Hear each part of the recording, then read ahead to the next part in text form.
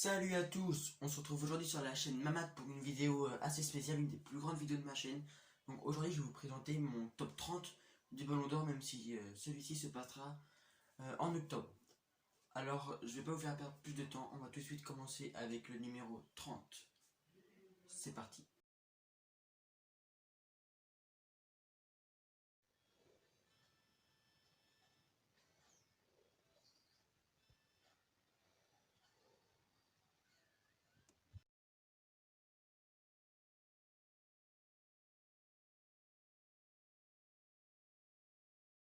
Alors même si Emiliano Martinez est très peu aimé en France, j'ai quand même choisi de le mettre parce que même si moi je suis pas un grand fan, je l'aime pas. Je trouve qu'il a quand même gagné, il a quand même gagné la Coupe du Monde, il a quand même été meilleur gardien de la compétition. Et après, il a quand même fait 17 clean sheets en 47 matchs. Donc je trouve que c'est quand même assez bien. Donc après, je sais que mon classement sera beaucoup décrié. Mais j'ai quand même tenu à le mettre dans le top 30, même si je ne l'aime pas spécialement. Voilà, donc maintenant, on peut passer au 29e. Donc là, le 29e, ce sera...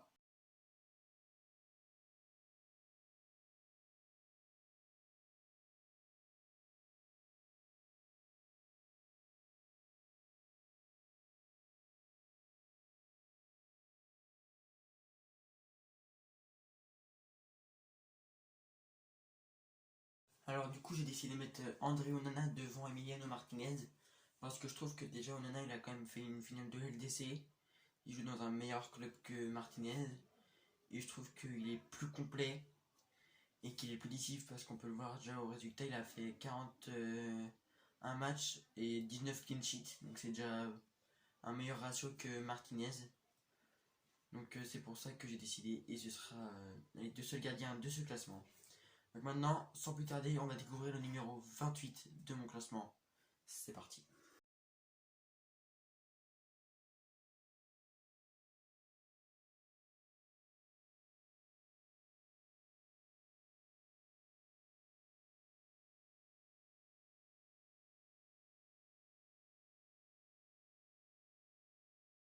Bon alors je sais que ça peut être très surprenant d'avoir mis En-Nesyri en 28ème, mais je trouve qu'il a quand même gagné des très bonnes choses, comme vous avez pu le voir dans le petit récapitulatif de sa saison avec une victoire en une petite victoire en Ligue Europa, une demi de Coupe du Monde. Donc même s'il n'est pas très décisif, même s'il n'est pas très tranchant, je trouve que c'est quand même un très bon joueur qui a peut-être un bon avenir.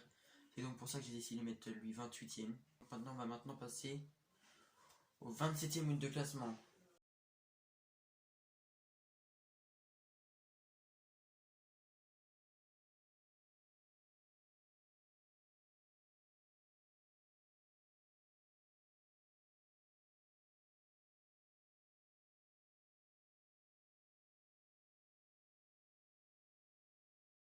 J'ai du coup décidé de mettre Gabriel Jesus en 27ème parce que, à l'image de son équipe, il a fait une bonne saison sur l'échelle nationale.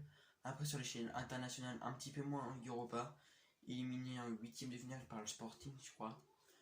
Ça a été un des joueurs clés d'Arsenal cette saison parce que, comme on peut le voir sur ses stats, il a un but tous les 3 matchs. C'est pas énorme pour un attaquant, mais pour Arsenal, c'était pas mal parce qu'on sait qu'il est aux côtés de Saka et de Martinelli qui sont aussi très décisifs. Donc voilà mon choix pour le 27ème. Donc maintenant, je vais vous laisser découvrir le 26ème. Let's go!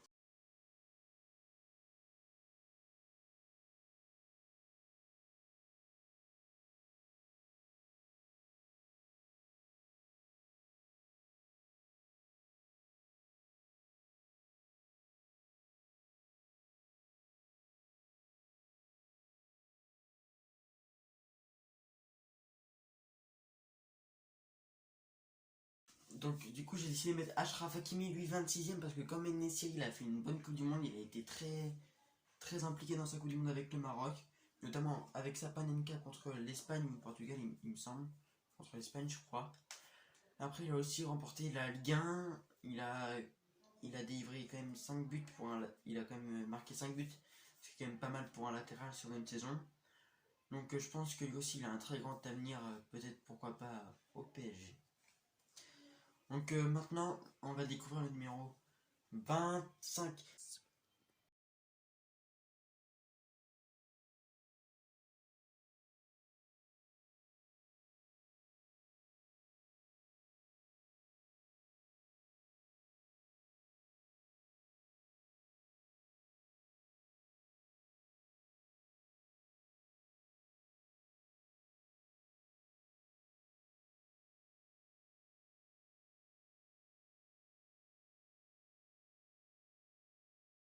Donc du coup j'ai décidé de mettre Casemiro parce que même si ça n'a pas été exceptionnel, il a rejoint les quarts de finale de la Coupe du Monde au Qatar. Après, avant d'aller à Manchester, il a quand même joué quelques matchs avec le Real, dont la Super Coupe de l'UEFA, qu'il a pu gagner. Après en Angleterre, il a quand même réussi aussi à gagner la League Cup. Il a fait un quart d'Europa League, donc je pense que c'est pas mal pour le classer à cette place dans ces 30 joueurs. Donc voilà, je vais maintenant vous laisser avec le numéro 24. C'est parti.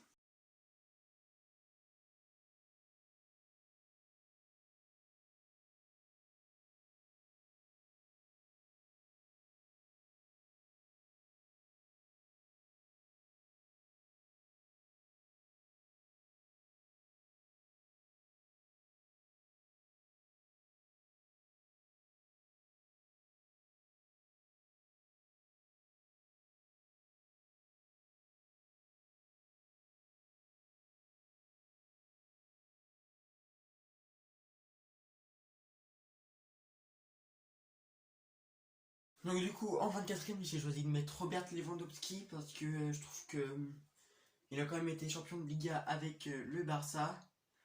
Et il a quand même fini dans les meilleurs buteurs également de Liga. Après, avec la Pologne, ils ont vraiment réussi à faire un bon petit parcours jusqu'en 8ème en Coupe du Monde. Et donc je trouve que ça c'est assez important quand même. Après, niveau stats aussi, il est exceptionnel. Les Robert, il est très chaud niveau stats. Du coup, c'est pour ça que j'ai décidé de le mettre 24ème. Du coup, je vais maintenant vous laisser découvrir le 23ème. Let's go!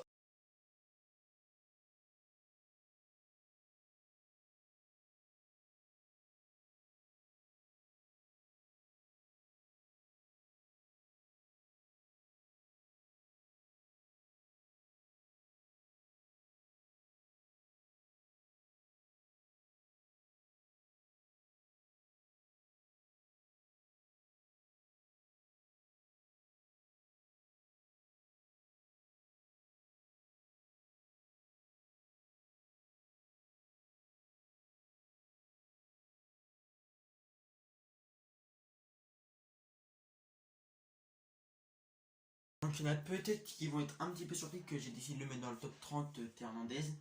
Mais j'ai décidé de le mettre 23ème parce qu'il a quand même été finale de LDC, non, finale de Coupe du Monde, demi de LDC. Après en Serie A, je sais plus, il a fini combien, 3ème ou 4ème. On a quand même qualifié pour la LDC. Avec Milan, c'est un des joueurs phares de ce club. Donc c'est donc pour ça que j'ai décidé de le mettre dans ce top 30. Maintenant, top 22.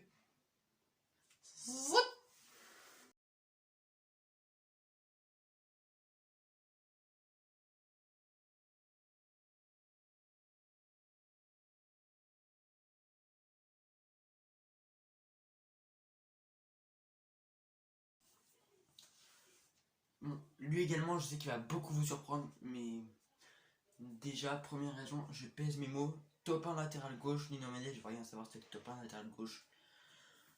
Après, avec le PSG, heureusement qu'il a été là certaines fois dans la saison. Il a quand même su sauver le PSG dans certaines situations avec Mbappé quand ils font leur petite combinaison.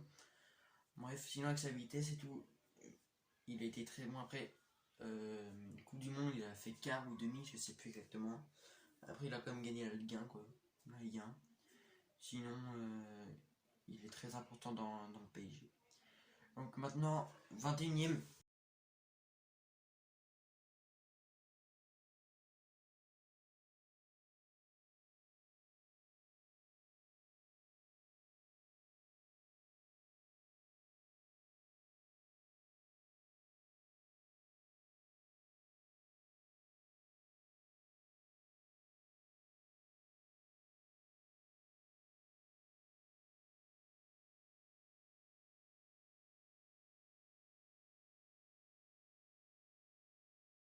Après, Gvira Kvaratskhelia, je pense que c'est assez important qu'il soit dans ce top parce que c'est une des grandes révélations mondiales cette année. Avec Naples, en plus avec Osimhen, ils jouent très bien ensemble. Et puis ils ont su apporter le titre de Serie A au Napoli. Après, ils sont arrêtés en quart de LDC, il me semble. Malheureusement pour lui, je pense que ce qui le dérangera plus tard, ce sera sa nationalité. Parce qu'avec la Géorgie, il peut pas faire grand chose, je pense. Donc voilà, à voir dans les prochaines années. Je vous laisse avec le top 20.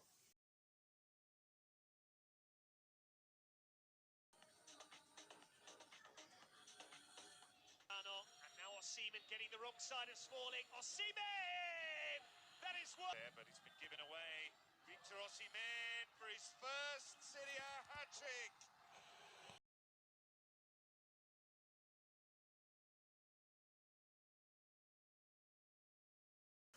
Donc j'en ai parlé avec Faraz Gueye. Victor Osimhen, donc pareil, lui ce qui payera plus tard ce sera sa nationalité, le Nigeria je crois. Bref, sinon j'ai choisi de le mettre 20ème parce que lui aussi il a su apporter le titre au Napoli, le quart de LDC du Napoli, et puis même un des principaux acteurs de la série cette année, un des meilleurs buteurs, un des meilleurs neufs actuels, top 3, je pèse mes mots. Sinon je vous laisse avec le numéro 19.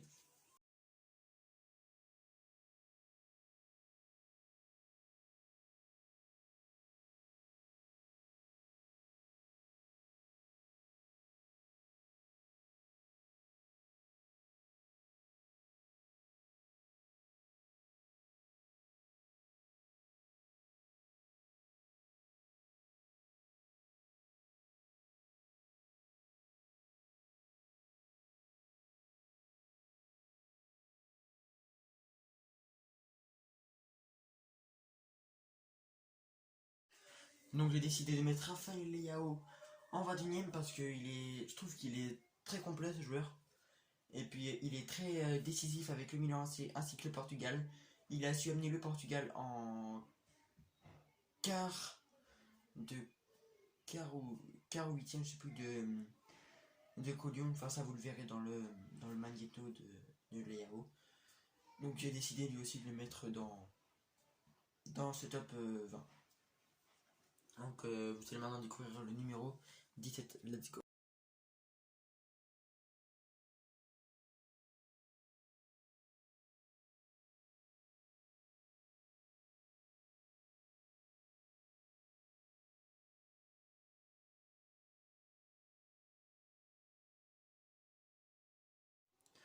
Donc j'ai choisi de le mettre 18ème Di Maria parce que lui aussi il a gagné la Coupe du Monde, en plus buteur en finale.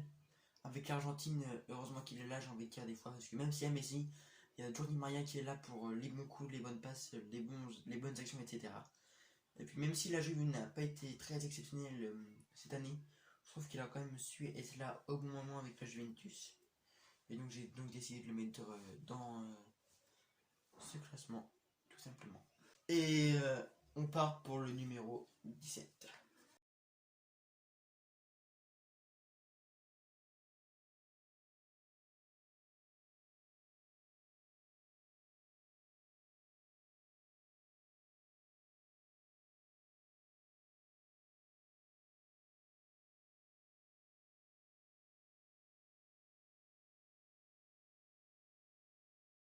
Donc en 17ème, j'ai décidé de mettre Gavi, le feu follet espagnol.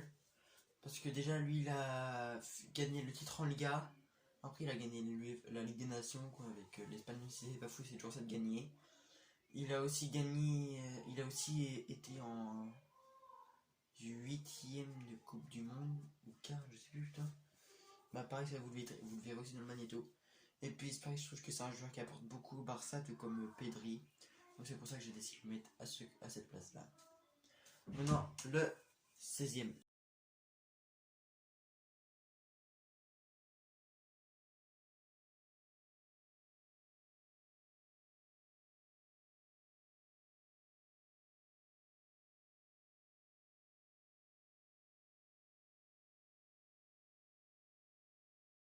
Alors j'ai décidé de mettre Olivier Giroud parce que déjà même s'il n'a pas été très remarqué dans la Coupe du Monde, il a quand même été là.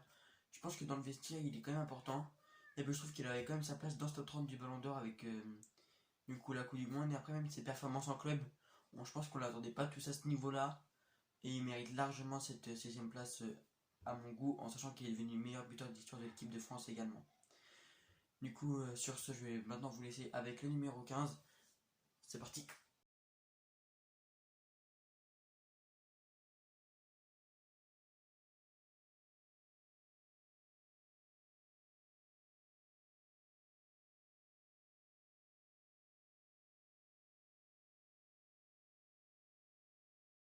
Alors je sais que là vous allez beaucoup me critiquer.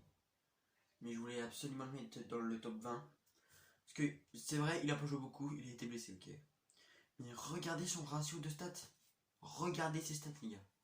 Stats incroyables. Après avec la Coupe du Monde, il a joué contre la Croatie un bon match, voire un super match avec une seule jambe, une seule cheville.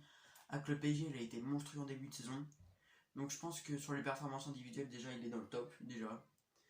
Après, niveau Ligue des Champions et tout, il a pas. Enfin, il a pas su gagner le trophée ni rien de pareil, mais bon, ça va arriver. Du coup, j'ai quand même décidé de le mettre dans le top 15. Je sais que sur cette place, vous avez beaucoup critiqué, mais c'est pas grave. Je maintiens mon choix de Neymar. Bon, le 14e, go.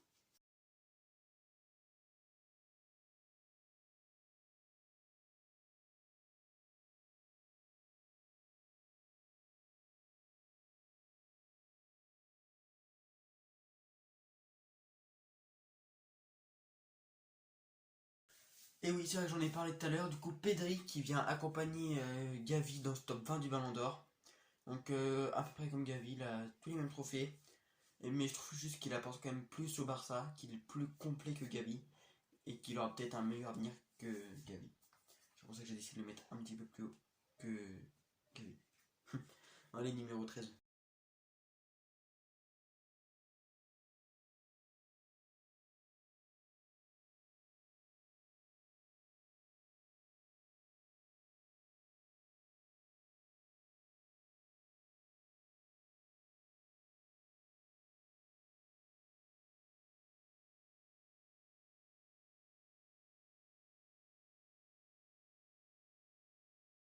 Pareil, je sais pas si vous l'attendiez dans le top 30, voire même dans le top 15, mais Grealish, il a été beaucoup critiqué pendant sa première saison à City.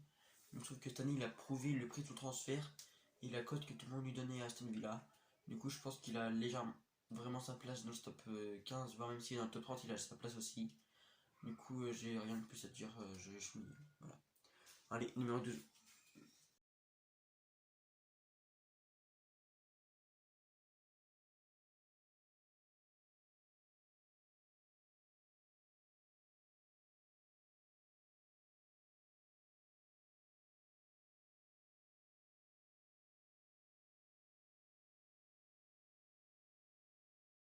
Bon, là aussi, je pense qu'il y en a qui l'auraient mis beaucoup plus bas, genre vers 25e, 30e. Et Griezmann, lui aussi, il était énorme pour la Coupe du Monde. Griezmann, de toute façon, lui, il est énorme pour tous 2-3 ans, genre. Quand il y a un euro qui a une Coupe du Monde, il est toujours énorme. Du coup, j'ai décidé de le mettre là. Parce qu'il a beaucoup apporté au bleu, il a également beaucoup apporté à l'Atlético. C'est pas Griezmann Prime, mais c'est quand même un grand Griezmann qui a eu cette saison. J'ai donc décidé de le mettre 12e. Bon, maintenant, je vais vous laisser avec le 11e de ce classement.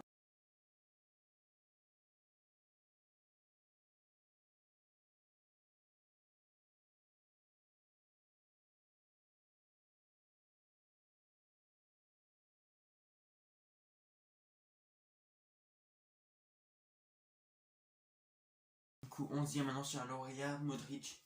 Donc Modric, lui, encore une surprise cette année, 3e à la Coupe du Monde avec le Real, même s'ils n'ont pas gagné de titre majeur cette saison. Heureusement qu'il était là, j'ai envie de dire quand même, quand Benzema était pas là, c'est quand même un cadre de l'équipe. Et du coup, je pense qu'il mérite largement cette place. Allez, top 10, les gars, top 10.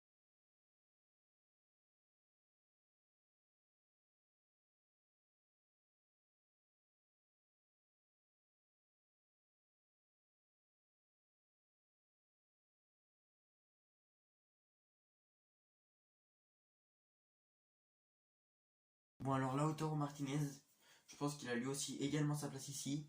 Après une finale de LDC, une Coupe du Monde, même s'il n'est pas incontournable à l'Argentine, il a quand même participé à ce sacre en Coupe du Monde et du coup j'ai décidé de le mettre 10e dans ce top 30. On passe maintenant au 9e, les gars, on se rapproche du top 3 majestueux.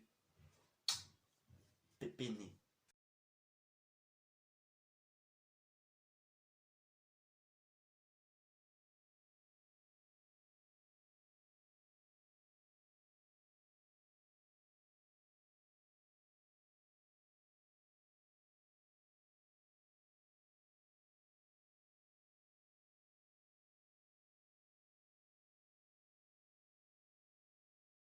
Donc le goulazo de cette dernière Ligue Champion, Rodri, les gars, Rodri.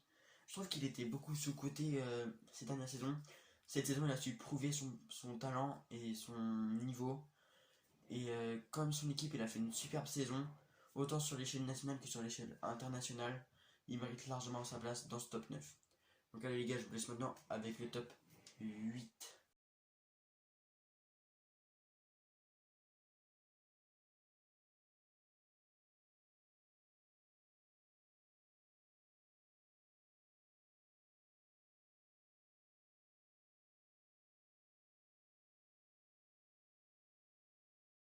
Huitième les gars, Vinicius Junior les gars. Il fait que de monter d'année en année. Cette année pour lui c'est la huitième place et l'année prochaine les gars, je suis sûr il sera le top 5. Bref, cette année il mérite large le top 8. Il était exceptionnel. Je trouve que quand Benzema n'était pas là avec Modric, il a su assurer prendre les rênes de l'équipe et mener l'équipe à la victoire souvent. Même si lui aussi il a pas été très loin avec champion, je pense qu'il mérite large sa place de huitième. Donc voilà. Donc septième, les gars, c'est parti.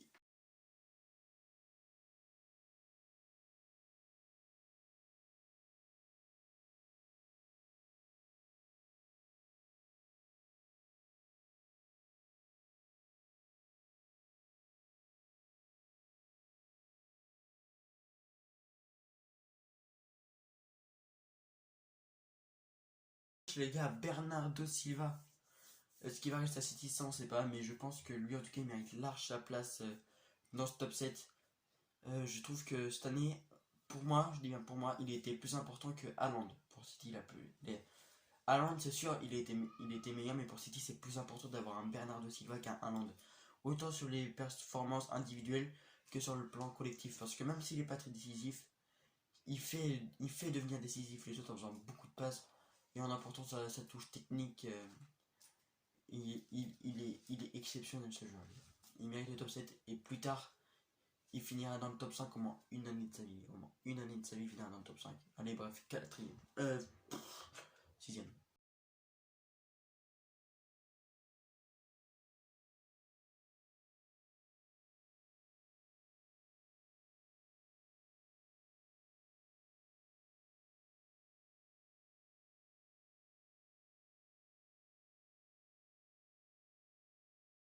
Les gars, numéro 6, KB9. KB9, les gars.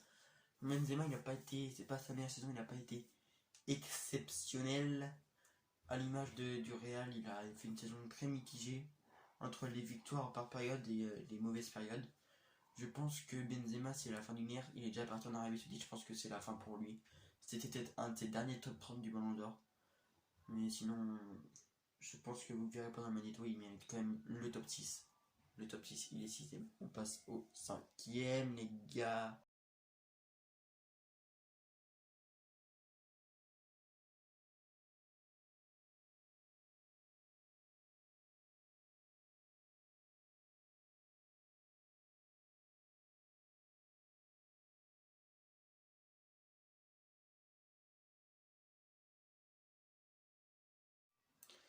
Ilkay Gundogan, les gars. Gundogan, c'est pareil.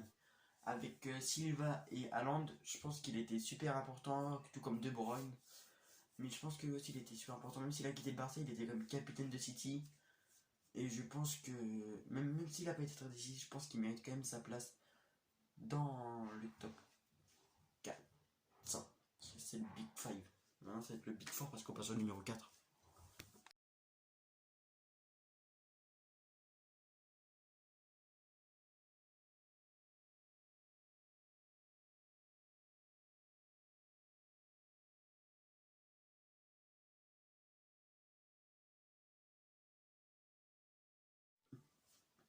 Top 4, les gars, Kevin De Bruyne. Donc j'ai dit auparavant, il était super important pour Man City. Après avec la Belgique, ils n'ont pas fait une grande Coupe du Monde. Mais sa saison avec City, qui a réalisé le triplé cette saison, je pense que c'est assez pour le mettre sur le top 4. Et bref, je pense qu'il n'y a rien à rajouter, tout le monde l'aurait mis assez haut dans le classement. Donc les gars, on passe au top 3.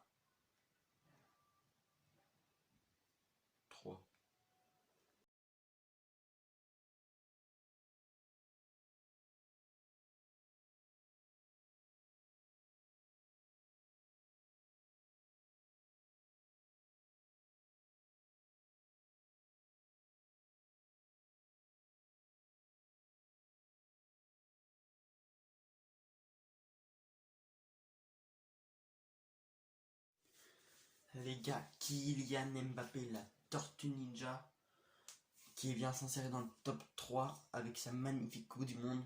Sa saison avec le PSG, c'est pas la meilleure, c'est pas la pire, c'est assez mitigé. Donc franchement, il fait beaucoup débat, j'ai comme décidé de le mettre dans le top 3. Parce que là, on parle d'extra sportif, mais on va parler que du sportif. Donc comme j'ai dit, saison assez mitigée, il a quand même fini meilleur joueur de Ligue 1, meilleur buteur de Ligue 1. Il a longtemps été dans les meilleurs buteurs de LDC alors qu'il s'est arrêté en 8ème.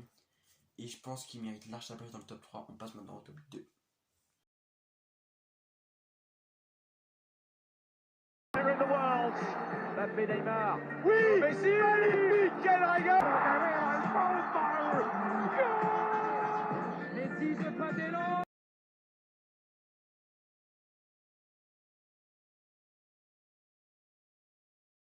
Alors les gars, je sais que en octobre, ce top 2 fera beaucoup parler.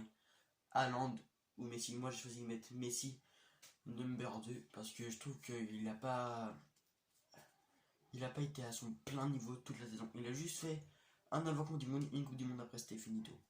C'est tout. C'est tout ce que je pense. Après, il a juste remporté la Ligue 1, le Trophée des Champions, c'est tout.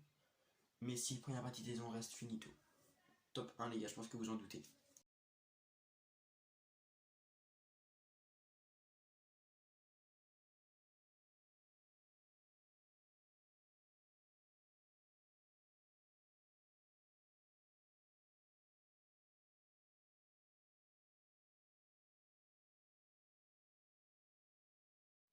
Le Cyborg, les gars, il sera Ballon d'Or cette saison. Je dis Erling Haaland sera Ballon d'Or cette saison. Il a réalisé le triplé. Il n'a pas réalisé qu'un triplé, il a réalisé plein de triplés cette saison. Il était impressionnant sur la scène internationale avec Bernardo Silva et KDB, les gars. Ils ont malmené tout le monde entier. Et ça va pas durer qu'une saison, les gars. Ça va durer au moins 3 ou voire 4 saisons. C'est pour ça, les gars, top 1 cette année. Mais pendant 5 années, là, il aura au moins 2 ballons d'or les 5 prochaines années. Je pèse mes mots, les gars. Allez. Donc, voilà.